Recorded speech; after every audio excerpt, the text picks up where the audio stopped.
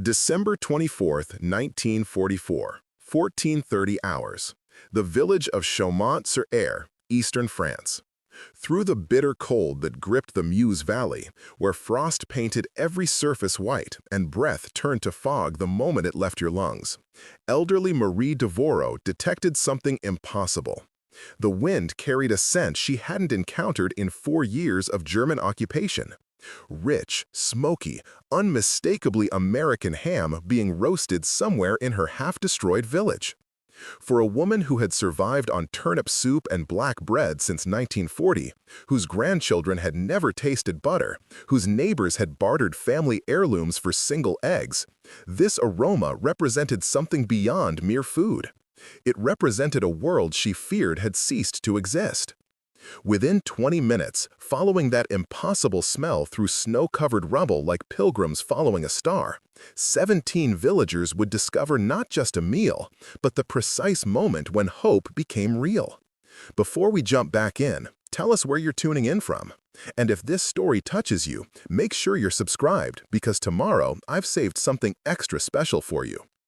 They would stumble upon 8 American soldiers from the 194th Field Artillery Battalion preparing a Christmas feast in the bombed-out remains of the village schoolhouse, using ingredients that by every logical calculation should not have existed anywhere within 200 miles of the front lines. By midnight, what began as a clandestine cooking operation would transform into something the United States Army never officially sanctioned, never formally acknowledged, yet never forgot.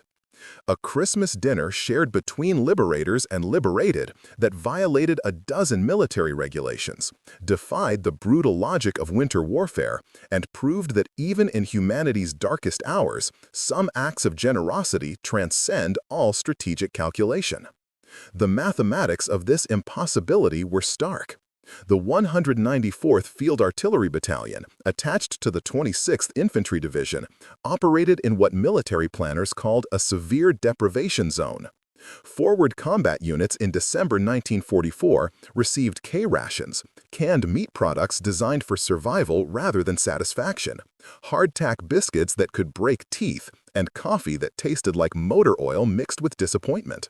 Fresh food of any kind was a distant memory. Hot meals were a luxury reserved for rear echelon units 50 miles behind the lines. A 20-pound Smithfield ham, the kind that required months of curing and represented peacetime abundance, simply could not exist this close to active combat. Yet Private Thomas McKenna and his 7 companions had one. Not through official supply channels, not through requisition forms processed by Quartermaster Corps, through an act of logistical improvisation so audacious it bordered on military heresy. The story of how that ham reached Chaumont-sur-Aire involved 3 separate violations of transport protocols, 1 creatively falsified manifest, 200 miles of unauthorized detours, and the kind of determined rule-breaking that would either earn court-martial or commendation depending entirely on who discovered it first.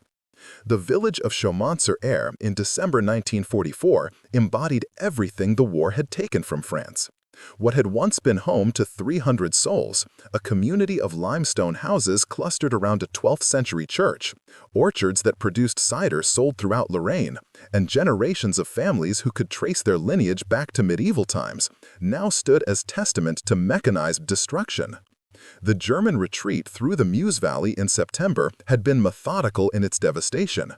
Engineers had demolished the bridge across the Aire River. Artillery had shattered the church steeple to deny it as an observation point. Mines had been scattered through surrounding fields to delay Allied advance. Houses had been looted of anything valuable, practical, or edible.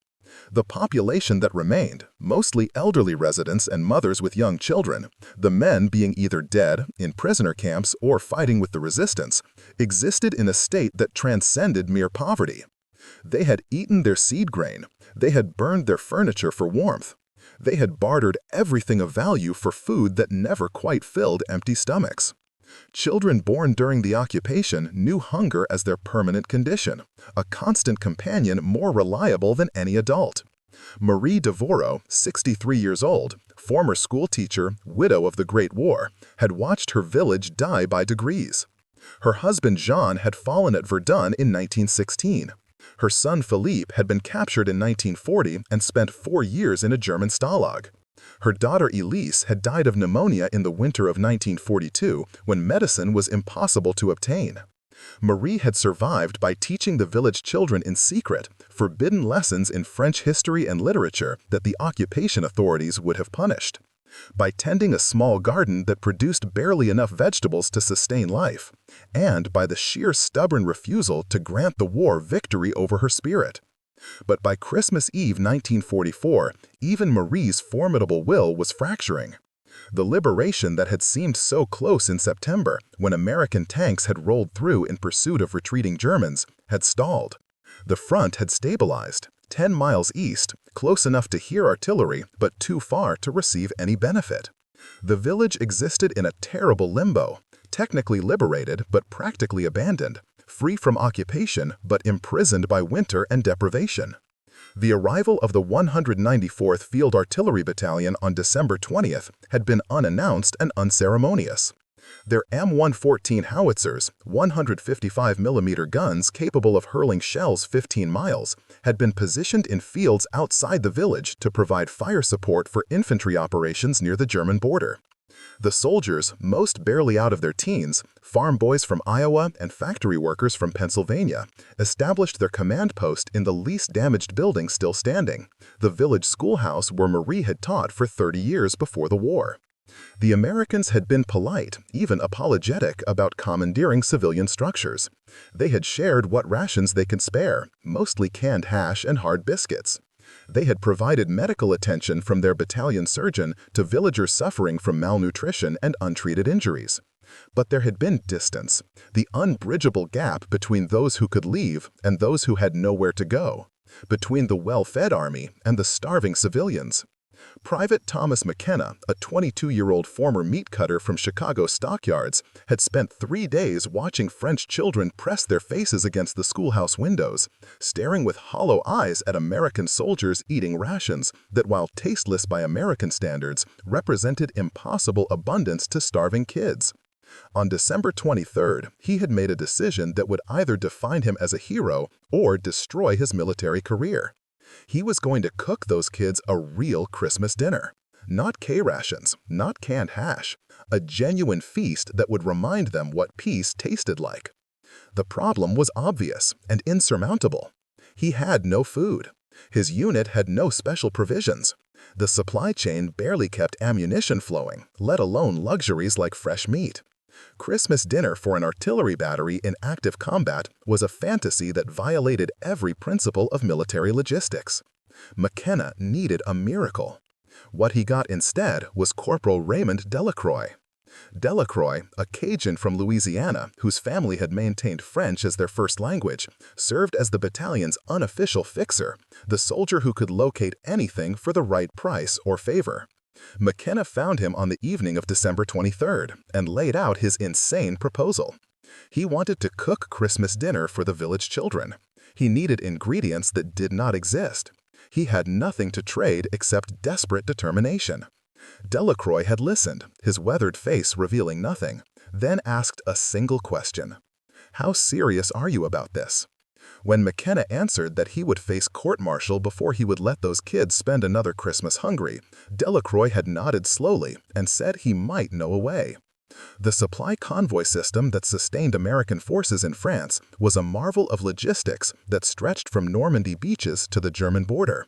Millions of tons of material, ammunition, fuel, food, medicine moved daily through a network of trucks, trains, and depots. Within this vast system existed gaps, inefficiencies, and opportunities for creative reallocation. Supplies occasionally went missing, not through enemy action, but through administrative confusion. Manifests were occasionally adjusted, not through fraud, but through flexible interpretation of regulations. Delacroix had spent 6 months cultivating relationships with supply sergeants, depot commanders, and transport drivers. He knew which convoys carried what cargo. He knew which drivers could be persuaded to make unscheduled stops. He knew how to create paperwork that would survive casual inspection while falling apart under serious scrutiny. On the night of December 23rd, he had pulled together favors accumulated over months of careful networking. A supply convoy bound for 3rd Army headquarters carried among its cargo several crates of premium hams, intended for officers' Christmas celebration at a chateau 50 miles west. The convoy route passed within 5 miles of Chaumont-sur-Aire. Preparing and narrating this story took us a lot of time, so if you are enjoying it, subscribe to our channel. It means a lot to us. Now, back to the story. The driver, a sergeant from Alabama who Delacroix had helped obtain emergency leave 2 months prior, owed him a significant favor. The paperwork could be adjusted to show 1 crate delivered to the 194th Field Artillery Battalion for morale purposes, a plausible explanation that might survive brief examination. The risk was substantial. Diverting supplies meant for senior officers could trigger investigations. False documentation could mean prosecution. Getting caught would destroy careers and possibly result in imprisonment. But Delacroix had looked at those hungry children and made the same calculation as McKenna. Some things mattered more than careers.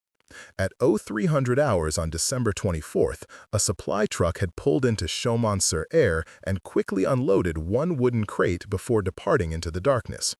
Inside that crate was a 20-pound Smithfield ham, properly cured and smoked, a treasure that represented months of preparation under peacetime conditions, now impossibly present in a war zone. McKenna had stared at it in the pre-dawn darkness like a prophet receiving divine revelation. They had the centerpiece. Now they needed everything else. By 6 a.m. hours, 6 more soldiers had joined the conspiracy. Sergeant William Patterson, the battery cook whose peacetime profession had been managing a diner in Pennsylvania, took command of menu planning. They would need vegetables, they would need bread, they would need something approaching decent coffee. They would need plates, utensils, and some way to serve hot food to potentially dozens of people in a building with limited heat and no proper kitchen facilities. Each requirement represented a separate impossibility that would require creative solutions. The vegetables came from the battalion's own emergency supplies, officially designated for medical purposes but expansively interpreted to include feeding malnourished civilians as a health intervention. Potatoes, carrots, and onions appeared from medical stores, accompanied by paperwork suggesting they were being used to treat vitamin deficiencies among the local population, which was technically accurate even if the treatment method involved roasting them alongside ham. The bread problem was solved through direct appeal to Madame Claudette Marchand, the village baker who had somehow kept her ovens functioning through 4 years of occupation using scavenged wood and hoarded flour. When Patterson approached her through Delacroix's translation and explained what they were attempting, she had wept openly, then immediately began calculating quantities. She had flour, carefully hidden from German requisitions, enough for perhaps 30 loaves if stretched properly. She had yeast cultures, maintained in secret for years. She lacked only fuel for her ovens. The Americans provided coal from their own supplies, officially recorded as used for heating the command post, technically true since the bakery temporarily became an extension of meal preparation operations. The coffee required actual military appropriation. McKenna simply requisitioned an entire case from battalion supplies, signing paperwork that would raise questions later but that he would deal with when later arrived. The greater challenge was preparation space. The schoolhouse, while structurally intact, lacked anything resembling adequate kitchen facilities. Its only stove, a small wood-burning unit designed to heat a single classroom, could not possibly cook a 20-pound ham and accompanying vegetables for dozens of people. Patterson solved this through improvisation that would have horrified any health inspector, but that represented frontier ingenuity at its finest. They would cook the ham in a clean metal ammunition container, thoroughly scrubbed and repurposed as a roasting pan, using an outdoor fire built from scavenged lumber. The vegetables would roast in smaller containers around the main fire. The whole operation would take place in the schoolhouse courtyard, protected from wind but exposed to December cold, requiring constant fire management and careful timing. At 8 a.m. on Christmas Eve morning, 8 American soldiers began preparing a feast that violated numerous military regulations, defied the brutal scarcity of winter warfare, and represented an act of generosity that no official order could ever compel. Patterson had butchered meat professionally for 8 years before the war. His hands moved with practiced confidence as he prepared the ham, scoring its surface in diamond patterns, studying its marbling to judge cooking time, treating the magnificent piece of meat with the respect it deserved. The fire was built carefully, using dry wood that would burn hot and clean, arranged to provide even heat distribution. The ammunition container turned roasting pan was positioned precisely, elevated on stones to allow heat circulation. By 10 a.m., the ham was cooking, its skin beginning to crisp, its interior slowly warming toward perfect doneness. The smell began escaping around 1200 hours. Despite their best efforts at discretion, despite cooking outdoors where wind should have dispersed the aroma, the smell of roasting pork began permeating the village. For people who had not smelled cooking meat in years, whose olfactory memories of abundance had faded into distant dreams, that aroma was overwhelming. It triggered something primal, deeper than conscious thought, the ancient human response to food that transcended all cultural conditioning. Marie Devereaux had been in her small house 3 streets from the schoolhouse when the smell reached her. She had been darning socks, a meditative task that occupied her hands while her mind wandered through memories of better times. When that first hint of roasting pork touched her senses, she had frozen mid-stitch. For a long moment, she convinced herself it was hallucination, a cruel trick of a mind weakened by hunger. But the smell persisted, grew stronger, became undeniable. She had stepped outside, into the bitter December cold, following the scent like a compass needle finding north. She was not alone. From houses throughout the village, people were emerging, drawn by an aroma that promised impossible things. Old men who had not left their homes in weeks shuffled through snow toward that smell. Mothers with children clutched to their skirts moved like sleepwalkers towards its source. Teenagers who had grown from children into adults without ever experiencing plenty followed with expressions mixing hope and fear. By 1400 hours, 17 people had gathered in the street outside the schoolhouse, staring at the courtyard where 8 American soldiers tended a fire that produced smells of a world they had almost forgotten existed. They did not speak, they did not approach, they simply stood, watching, as evidence of abundance cooked before their disbelieving eyes. McKenna had noticed them first. He had been turning the vegetables, checking their doneness, when he glanced up and saw the crowd. Silent, staring. The hollowness in their faces, the desperate hunger barely contained, hit him like physical impact. This was why they had taken the risk. This was why regulations and career consequences didn't matter. These people, who had suffered through 4 years of nightmare, deserved to remember what hope tasted like. He had walked slowly to the courtyard entrance, not wanting to startle anyone, and caught Marie Devereaux's eye. She stood at the front of the small crowd, her dignity intact despite obvious poverty, her spine straight despite years that should have bent it. McKenna did not speak French. Marie spoke almost no English. But what needed to be communicated transcended language. He gestured to the cooking ham. He gestured to the gathered villagers. He spread his hands in universal invitation. Marie had stared at him for a long moment, her eyes filling with tears she refused to let fall. Then she had nodded once, a gesture of acceptance and gratitude that carried the weight of 4 years of suffering, and said, in careful English learned decades ago in school, "Thank you."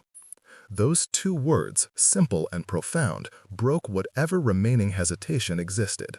The other soldiers emerged from the schoolhouse. Madame Marchand arrived with the first loaves of bread, still warm, their crust golden, their interior soft, real bread for the first time in years. Delacroix began organizing, his Cajun French allowing rapid communication, transforming chaos into coordination. They would need tables, they would need plates and utensils, they would need some way to serve hot food in freezing weather. They would need to make 8 portions stretch to feed dozens. The villagers responded with a resourcefulness born of 4 years of occupation survival. Tables appeared, carried from homes, mismatched and battered but functional. Plates materialized, chipped china and battered tin, whatever could hold food. Utensils were gathered, bent forks and worn knives that had survived years of deprivation.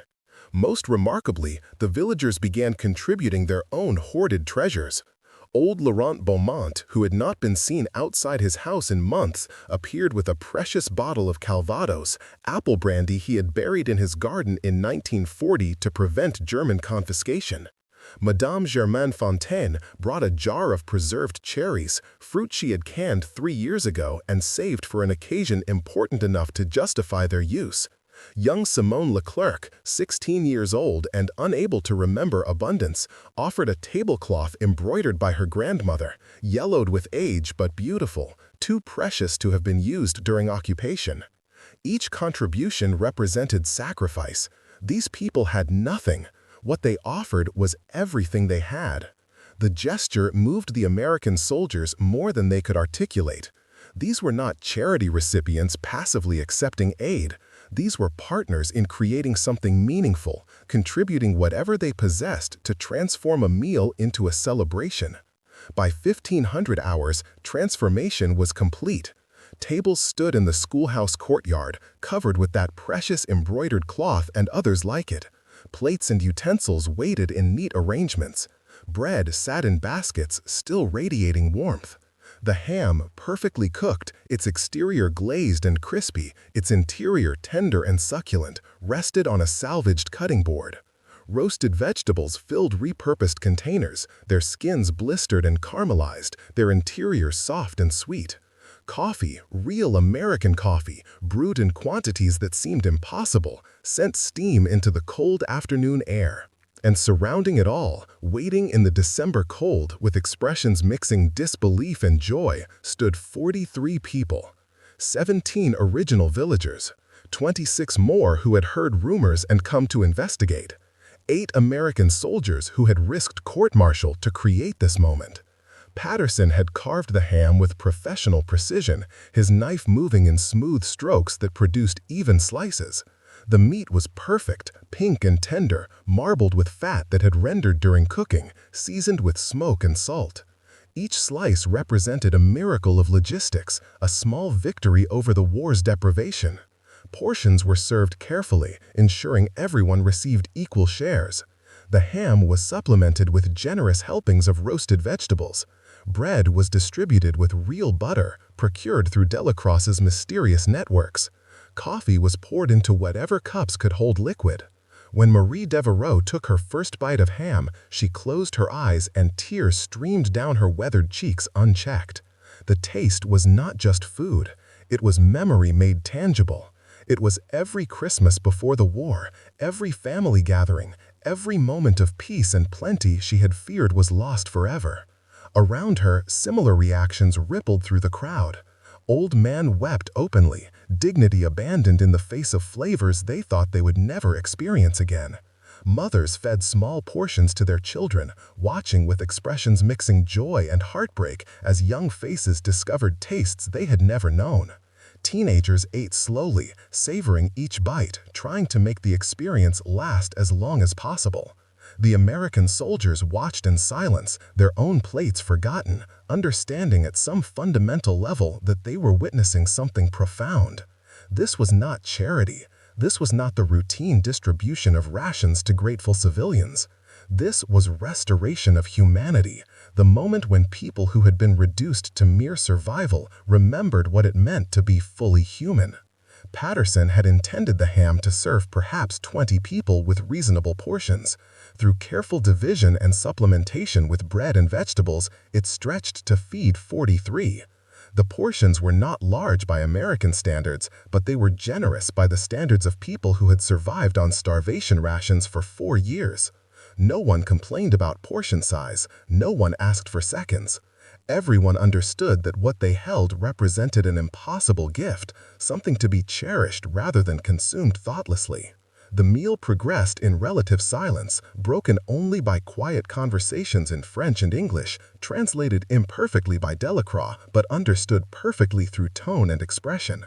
Marie told McKenna about teaching in the schoolhouse before the war, about students who had scattered to death or imprisonment or resistance, about the particular pain of watching children grow up hungry. McKenna described Chicago before his deployment, the stockyards where he had learned his trade, the simple dream of returning home and opening his own butcher shop.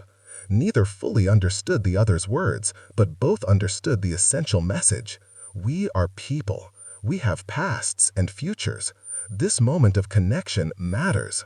Madame Marchand explained to Sergeant Patterson how she had kept her ovens operating through the occupation, scavenging wood from abandoned buildings, hoarding flour obtained through black market trades that risked execution, baking bread in the middle of the night to avoid German notice. Patterson described his diner in Pennsylvania, the regular customers who had become friends, the pride he took in serving good food at fair prices.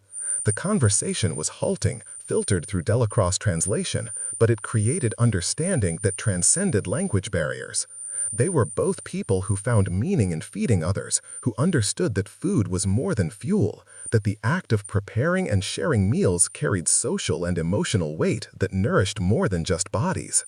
Laurent Beaumont, the elderly man who had contributed his precious Calvados, insisted the Americans join in to toasting. He poured small measures into whatever containers could serve as glasses, speaking in French that Delacroix translated. To liberation, to those who did not survive to see it, to the future we will build together.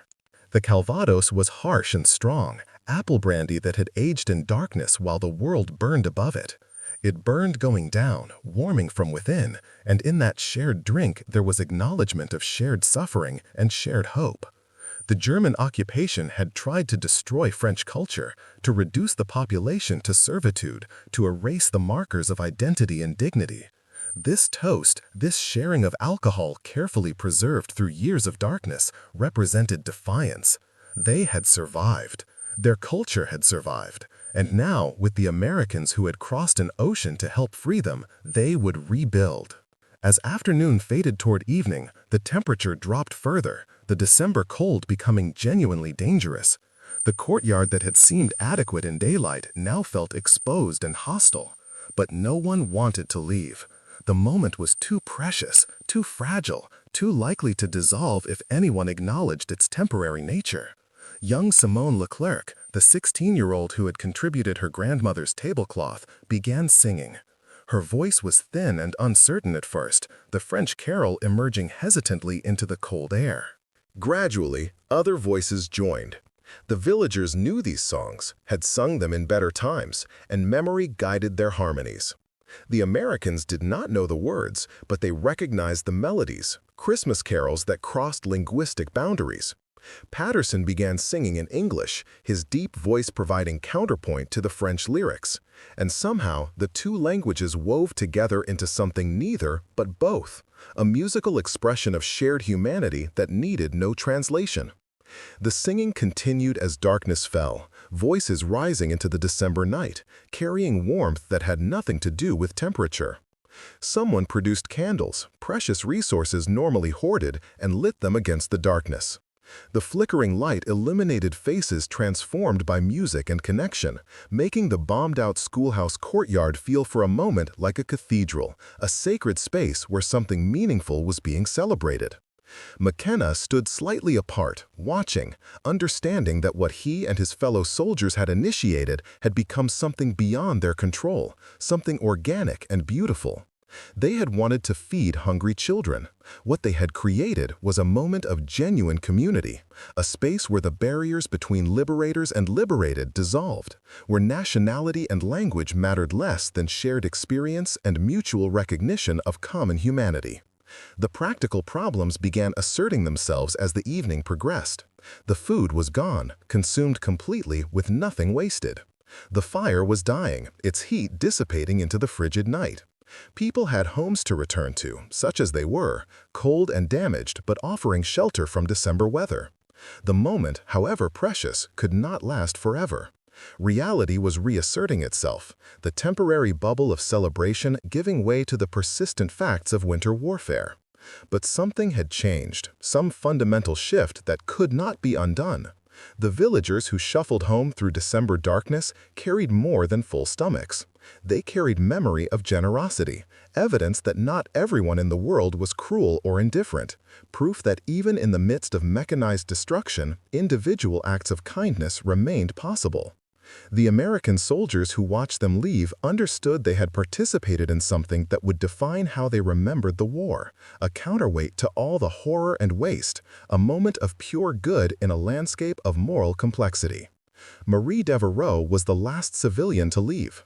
She approached McKenna in the darkness, the courtyard now lit only by dying firelight and distant stars. She took his hands in hers, her grip surprisingly strong for a woman her age, and spoke in French that Delacroix translated. "You have given us more than food. You have reminded us that the world still contains kindness. When this war ends, when you return to America, remember that what you did here mattered. Remember that you made people feel human again. We will never forget you." McKenna, a 22-year-old kid from Chicago who had simply wanted to give hungry children a decent meal, found himself unable to respond. He nodded, throat tight with emotions he did not have words for, and watched Marie walk away into the darkness, her spine straight, her dignity intact, carrying with her the memory of a meal that had restored something the war had tried to steal. The cleanup was swift and silent. Tables were returned to homes. Plates and utensils were washed in cold water and distributed back to their owners. The fire was extinguished, its ashes scattered. Within an hour, the courtyard showed almost no evidence of what had transpired. Only the lingering smell of roasted pork, faint but persistent, remained as testimony to the impossible feast. Patterson gathered the conspirators in the schoolhouse as midnight approached. They needed to discuss consequences. What they had done, while motivated by compassion, was still technically theft of military property, falsification of documents, and unauthorized distribution of supplies. If investigated seriously, they could face court-martial. Patterson laid out the situation with brutal honesty. The ham had been diverted from its intended destination. Senior officers expecting Christmas dinner would notice its absence. Questions would be asked. Investigations might follow. Each man needed to understand the potential costs of what they had done. The response was unanimous and immediate. Every soldier stated they would do it again. They would accept whatever consequences followed. Court-martial, reduction in rank, imprisonment, none of it mattered compared to the expressions on those children's faces, the tears in Marie Devereaux's eyes, the moment when starving people remembered what abundance tasted like. They had joined the military to fight for something meaningful. Tonight, they had actually done it, had made a tangible difference in individual lives. That was worth any punishment the army could devise. McKenna put it most simply. "I've killed men in this war. I've destroyed things. Tonight, I created something good. If they want to punish me for that, fine, but I won't regret it." The others nodded agreement, a silent pact forming among the 8 conspirators. They would support each other through whatever followed. They would accept responsibility collectively rather than allowing any individual to take the fall. And they would remain proud of what they had accomplished, regardless of official reaction. The expected investigation never materialized. The senior officers who had ordered the ham delivery received a different crate, its contents mysteriously replaced through supply chain machinations that Delacroix never fully explained. The paperwork showing delivery to the 194th Field Artillery Battalion was filed and forgotten in the chaos of winter warfare. The sergeant who had driven the supply truck ensured his documentation showed correct delivery to authorized recipients. The conspiracy succeeded because it was small, involved trusted people, and occurred during a period when supply chain irregularities were common enough to avoid intensive scrutiny. But more fundamentally, it succeeded because even within military structures designed for efficiency and order, there existed people who understood that some rules deserved to be broken, that rigid adherence to regulations sometimes violated larger principles of human decency. The story of the Christmas dinner spread through unofficial channels, the network of enlisted men who shared information through letters and conversations. Soldiers who had not been present heard about it from friends who had. Support units learned about the artillery battery that had fed a starving French village. Rear echelon troops passed the story along, embellishing details but preserving the essential truth. By January 1945, variations of the tale had reached units throughout the European theater. It became a parable, a story soldiers told each other about why they were fighting, what they were fighting for, the difference between the values they defended and the ideology they opposed. The Nazis had starved populations deliberately, had used hunger as a weapon of subjugation. The Americans, even when they barely had enough for themselves, would share what they possessed. That contrast, more than any propaganda, defined the moral difference between the two sides. For the villagers of Chaumont-sur-Aire, Christmas 1944 became a dividing line in their personal histories. There was before the dinner, the long dark years of occupation and deprivation, and there was after, the slow return to normalcy that followed liberation. The meal itself was a single event, lasting only a few hours, but its psychological impact reverberated through the months and years that followed. Children who had tasted real ham that night, who had experienced abundance however briefly, carried that memory as proof that better times were possible. Adults who had shared that meal remembered it as the moment hope became tangible, when liberation transformed from abstract concept to lived reality. The village's recovery, while slow and difficult, was marked by that Christmas as its emotional beginning, the point when survival mode gave way to rebuilding. Marie Devereaux resumed teaching in February 1945 once the military situation stabilized enough for regular schooling. The building had been damaged but was repairable. Her students, no longer starving but still recovering from years of malnutrition, returned to lessons. She taught them the same curriculum she had taught before the war, French literature and history, mathematics and science, but now those lessons carried additional weight. They were proof that civilization had survived, that the values the occupation had tried to destroy remained intact. On the first day of classes, Marie told her students about the American soldiers who had cooked them Christmas dinner. She told them about McKenna's determination to feed hungry children. She told them about the risks the soldiers had taken. And she told them that this was what liberation meant, not just freedom from occupation, but the restoration of human kindness, the return of a world where people looked after each other. She instructed her students to remember those Americans, to honor their generosity by building the kind of France that would justify the sacrifices made on its behalf.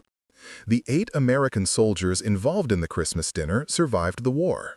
McKenna returned to Chicago in 1946 and opened his butcher shop, fulfilling the dream he had described to McKenna. Patterson reopened his diner in Pennsylvania, serving good food at fair prices to a community that welcomed him home. Delacroix returned to Louisiana and became a local politician, bringing his talent for creative problem-solving to civilian governance. The others scattered to various corners of America, carrying with them memories of a frozen December night when they had created something good amid the destruction. They stayed in contact through occasional letters, reunions organized every few years, a bond formed not through combat but through shared participation in an act of generosity. Their correspondence preserved the story, ensuring that what they had done would not be forgotten, documenting the details so that future generations could understand what had motivated them. In 1954, Marie Devereaux wrote to McKenna, a letter laboriously composed in English she had relearned for the purpose. She wanted him to know that Chaumont-sur-Aire had recovered, that the village was thriving, that the children he had fed were now young adults building careers and families. She wanted him to know that they remembered, that every Christmas the village held a commemoration of that meal, that his generosity had become part of the community's identity. She enclosed a photograph of the schoolhouse, rebuilt and restored, filled with students whose futures were possible because people like McKenna had cared enough to share what little they had. McKenna kept that letter until his death in 1987, framed on the wall of his butcher shop, a reminder of why he had fought and what he had accomplished. The broader significance of the Christmas dinner emerged gradually over decades. Military historians examining the relationship between Allied forces and liberated populations identified it as exemplifying successful civil affairs operations, though it had never been officially sanctioned.